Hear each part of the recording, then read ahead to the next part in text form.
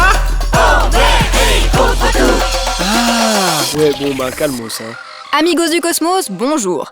Non contents de flinguer terres et océans, nous, les humains, avons réussi à étendre notre pollution sur une zone de 2000 km d'épaisseur au-delà des limites de notre globe. En gros, la Terre s'est créée une croûte de déchets cosmiques, un peu à l'image de la noix de coco autour des Raffaello. Le 4 octobre 1957, Sputnik 1, le premier satellite artificiel, est mis en orbite par l'URSS. Depuis, l'humanité a lancé des milliers de satellites. On comptabilisait 6600 lancements en 2013 et selon Euroconsult, la principale firme de conseil spécialisée dans les marchés de l'espace, on comptera 1150 satellites actifs supplémentaires d'ici 2022. Une grosse augmentation destinée, entre autres, à répondre à notre frénésie d'appareils ultra connectés et aux besoins de la NSA de connaître avec exactitude ce que vous avez mangé au petit déjeuner.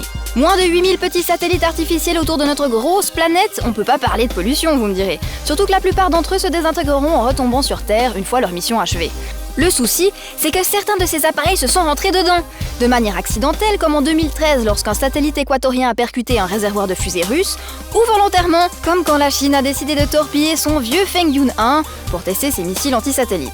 Résultat, en 2013, la NASA recensait 23 000 déchets plus gros qu'une balle de foot, 500 000 de la taille d'une bille et estimait que 170 millions de morceaux d'appareils minuscules se baladaient autour de la Terre, mais qu'ils étaient trop petits pour être répertoriés. Ce n'est pas parce qu'ils sont petits qu'il faut les croire inoffensifs. Comme certains se baladent à près de 56 000 km/h, ils se transforment en véritables projectiles qui peuvent endommager, voire faire exploser, des satellites en fonction.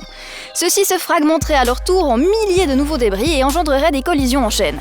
C'est le syndrome de Kessler, du nom d'un consultant de la NASA qui avait envisagé ce scénario en 1978 déjà et prédisait que les terriens seraient un jour prisonniers d'une enveloppe de résidus de technologie, privés de communication et de GPS. Les scientifiques sont donc en train de plancher sur des robots éboueurs de l'espace pour récupérer ces déchets.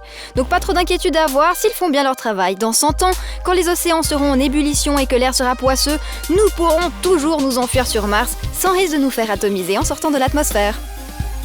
On n'a qu'une planète, hein, va falloir faire avec, ok?